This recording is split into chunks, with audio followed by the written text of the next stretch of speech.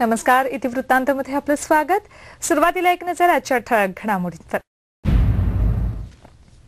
काश्मीर खोऱ्यात आजही अशांतता होती। अनेक ठिकाणी आज हिंसाचाराच्या घटना झाल्यात, यात तिघांचा बळी गेलाय।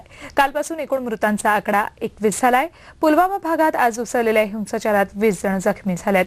हुरियतचे नेते मिरवाईज उमर फारूक यांनी 15 ऑगस्टपर्यंत निदर्शनं करणार असल्याची घोषणा केली आहे। इकडे अमरनाथ संघर्ष समितीने 20 ऑगस्टपर्यंत जम्मू बंद वाढवलाय। आज श्रीनगरमधली संचारबंदी काही काळ शिथिल करण्यात आली होती, पण दिवसभर तणाव कायम होता। जम्मूतल्या सांबा उधमपूर या भागातली संचारबंदी ही आज थोड्या वेळासाठी शिथिल करण्यात आली होती। किश्तवारमध्ये मात्र दिसताक्षणी गोळ्या घालण्याचा आदेश देण्यात आला होता। राज्यपाल NN व्होरा यांनी जनतेला संयम राखण्याचं आवाहन केलंय।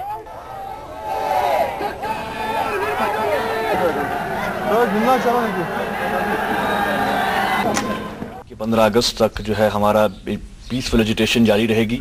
लोग निकलें, एहतजाज करें, लेकिन पुरअमन तौर पे पब्लिक प्रॉपर्टी को नुकसान न पहुंचाएं।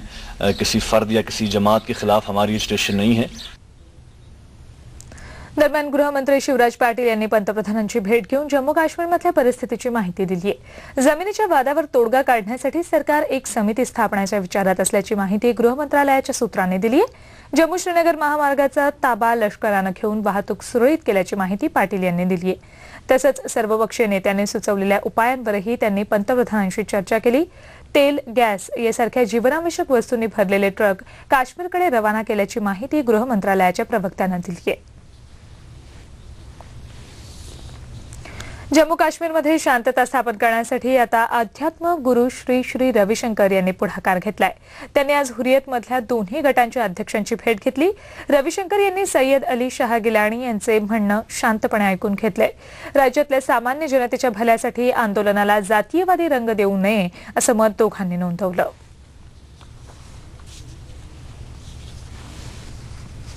तो सिविल सोसाइटी के लोग आपस में मिलकर के जो मसला है इसको हल कर दें। तो क्या लगता है, क्या समाधान होना चाहिए, कैसे मसला हल हो सकता है?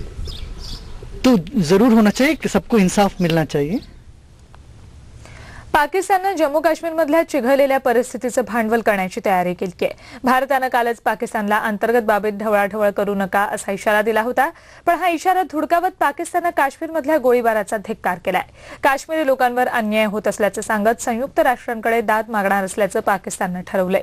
याशिवाय काश्मीरमधल्या चिघळलेल्या परिस्थितीला पाकिस्ताननं धार्मिक रंग देण्याचा प्रयत्न केलाय। भारताची इस्लामिक राष्ट्रांच्या संघटनेकडे तक्रार करणार असल्याचं पाकिस्तानचं म्हणणं आहे। काश्मीरमध्ये काल झालेला गोळीबार हा अन्यायकारक आणि अनावश्यक होता असं पाकिस्तानचे परराष्ट्र मंत्री शाह महमूद कासुरी यांनी म्हटलंय। संयुक्त राष्ट्रांच्या ठरावानुसार जम्मू काश्मीर हा दोन्ही देशातला वादग्रस्त मुद्दा असल्याचा दावा त्यांनी केलाय।